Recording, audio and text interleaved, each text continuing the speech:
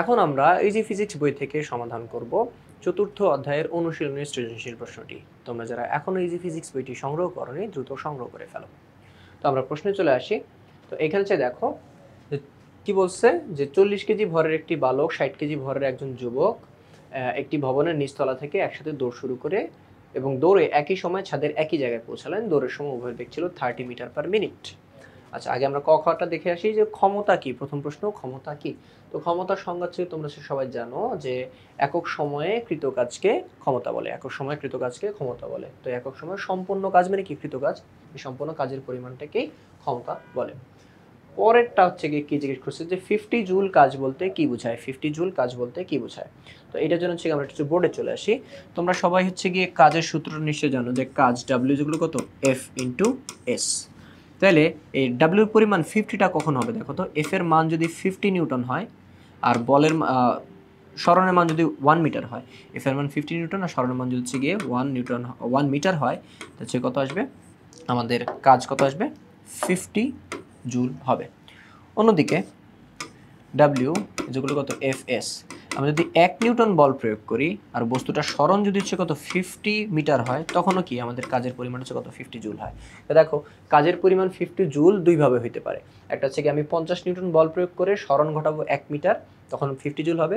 অথবা 1 নিউটন বল প্রয়োগ করে সরণ ঘটাবো 50 মিটার, তাহলে হচ্ছে গিয়ে কাজের মানটা 50 হইতে পারে। তো এইখানে ছেড়ে দেখো যে এখন বলছে যে 50 জুল কাজ বলতে কি বোঝায়। তাহলে 50 জুল কাজ বলতে বোঝায় যে 50 নিউটন বল প্রয়োগের ফলে যদি কোনো বস্তু বলের দিকে 1 মিটার সরণ ঘটে, তবে সম্পাদিত কাজের মান 50 জুল। অথবা 1 নিউটন বল প্রয়োগের ফলে যদি কোনো বস্তুর বলের দিকে 50 মিটার সরণ হয়, তখন কাজের পরিমাণ হচ্ছে কত? 50 জুল। এটা ছাড়াও আমরা হচ্ছে কত 50 আর কিভাবে আসতে পারে? 2 ইন্টু 25, 10 ইন্টু 5। তার মানে হচ্ছে গিয়ে যে এখানে দেখো যে বলের মানটা যদি 2 হয় আর এস এর মানটা যদি 25 হয়, তখন হচ্ছে কত আসবে? 50। তো ঘুরে বলতে পারো যে 2 নিউটন বল প্রয়োগের ফলে যদি 25 মিটার সরণ হয় তাহলে 50, অথবা 25 নিউটন বলের কারণে যদি 2 মিটার সরণ হয় তখনও 50। অথবা এভাবেও বলতে পারো যে F ইন্টু এস, বলের মান যদি 10 নিউটন এবং সরণ যদি 5 মিটার হয় তাহলে হচ্ছে কি 50। অথবা বল 5 নিউটন কিন্তু সরণ যদি ছিল 10 মিটার হয়, তখন হচ্ছে কত? 50। তো নানাভাবে হয়, কিন্তু হচ্ছে গিয়ে আমরা জাস্ট এই দুইটারটা ছেড়ে দিলে হয়ে যাবে যে 1 নিউটন বলের কারণে 50 মিটার সরণ এবং 50 নিউটন বলের কারণে 1 মিটার সরণ, এই দুইটা দিলে থেকে হয়ে যাবে। বাকিটা তুমি চালিয়ে দিতেও পারো। এছাড়াও 50 নিউটন বল প্রয়োগের ফলে যদি 2 মিটার সরণ হয় বা 2 নিউটন বল প্রয়োগের ফলে যদি 25 মিটার সরণ হয়, তাহলে হচ্ছে কত? 50 জুল কাজ হবে। মোট কথা, বল এবং বলের দিকে সরণের গুণফল 50 হলেই কাজের পরিমাণ 50 জুল।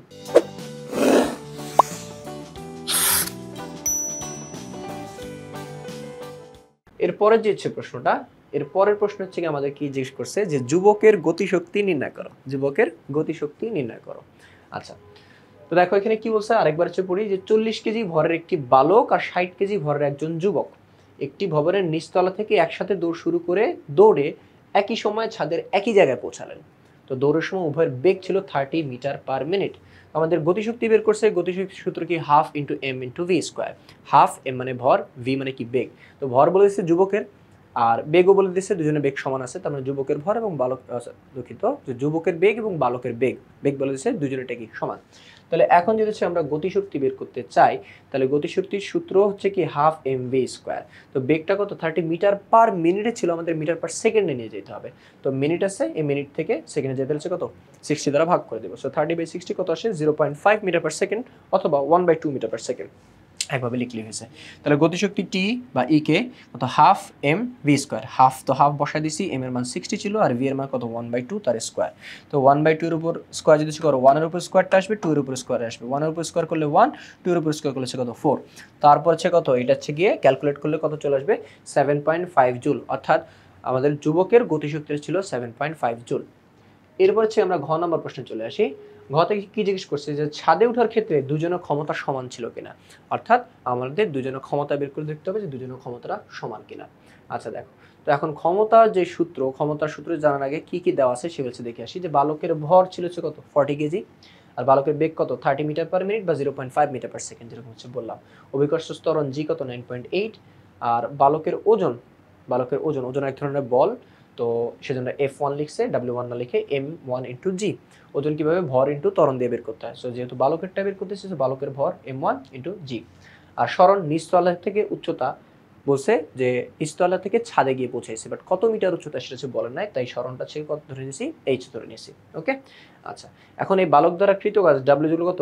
mgh। কোনো বস্তু যদি উপরে উঠে তাহলে তার দ্বারা কিছু কাজ হয়, সে কাজের সূত্র কি? mgh। ওকে, তো যেহেতু বালক উঠছে তাহলে বালকের ভর কত? m1 g into h।